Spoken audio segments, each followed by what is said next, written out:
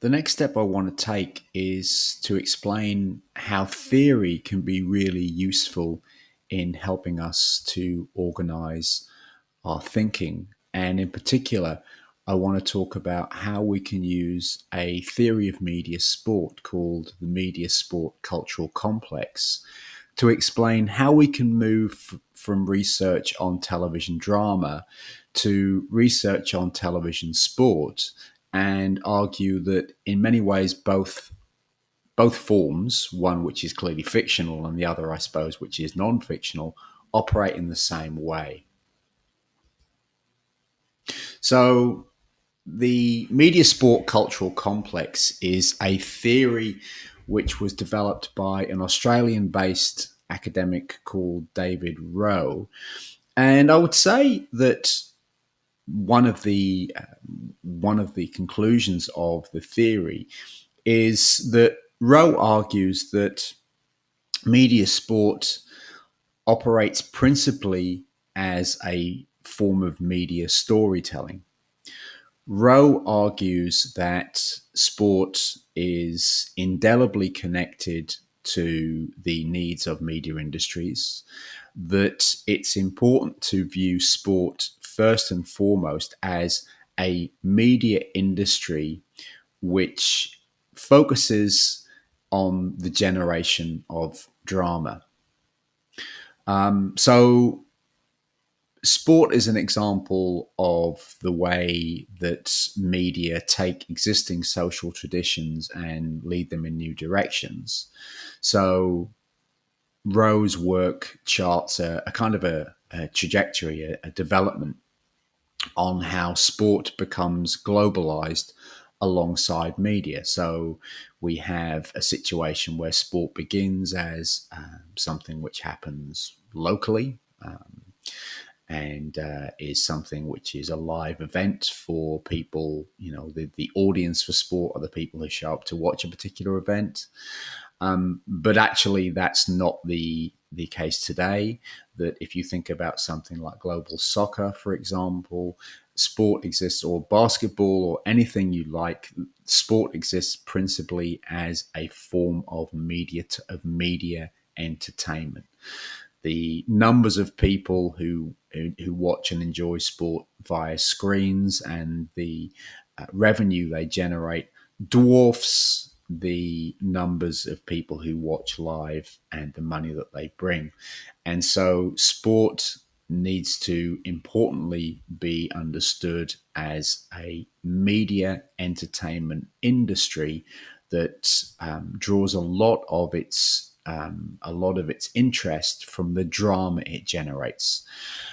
So not necessarily so we have obviously the fact that sport is about competition between individual and teams, but what Rowe talks about is the way that our desire to see those competitions isn't just based on our desire to see a competition based around sport, but also about our desire to watch a conflict between personalities. So if you think about someone like Serena Williams or Novak Djokovic or Nick Kyrgios or Mike Tyson or any of those sorts of people, or David Beckham, we're very much engaging with dramas, personalities, identities, and this is driving our interest in watching these events as forms of entertainment. So the connection between the Huang study and what we're talking about today is that the first step is that Rowe's theory of the media sport cultural complex encourages us to see sport as a form of media drama. And this is the first step that helps us understand why it would be worth looking at why Ronda Rousey came to fight in Melbourne. Because Ronda Rousey is not someone who we could pick at random. Ronda Rousey is an athlete who was worth thinking about, because she did several things that other athletes didn't do. Ronda Rousey in 2015 was the face of the UFC. She was a key player in a unique organization that embraces its status as a mobile media sport and consumer brand above all else. The UFC is quite unique because it's embraces. I'm sure the CEO of of the UFC, Dana White, has never read David Rowe, but he certainly understands the idea. He certainly sees what he does as a form of media entertainment first and foremost, and places great importance on the capacity of the UFC to generate global drama and sell itself as a consumer brand above all else.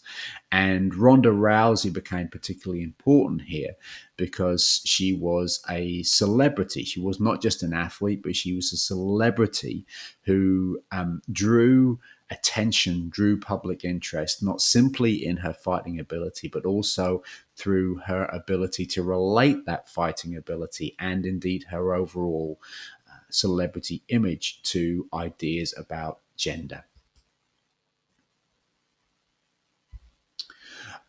So one of the things that we see is that Ronda Rousey is worth paying attention to because I think in many ways she was the David Beckham of the UFC, and I mean that.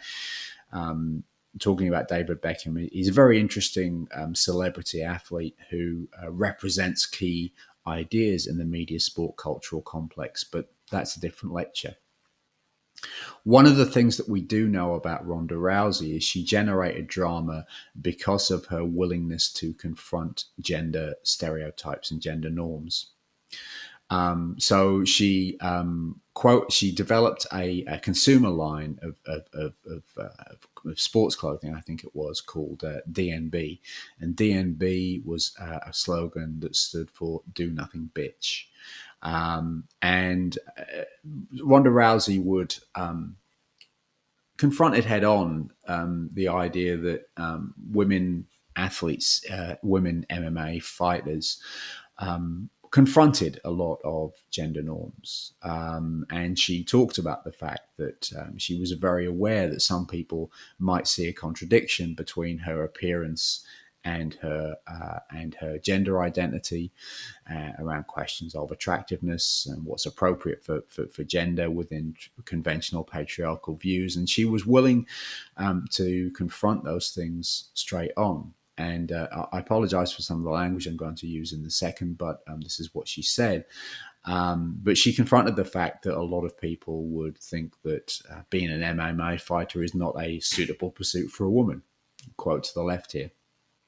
That's why I think it's hilarious if someone says my body looks masculine or something. I'm like, listen, just because my body was developed for something other than fucking millionaires doesn't mean it's masculine. I think it's femininely badass as fuck because there's not a single muscle on my body that isn't for a purpose because I'm not a do nothing bitch.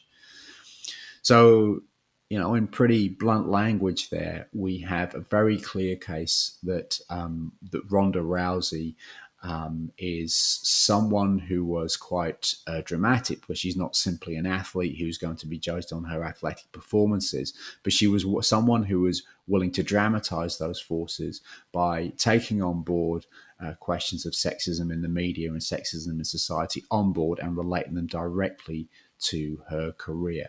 So there was an entertainment drama function to her fights that probably you wouldn't apply to other women athletes.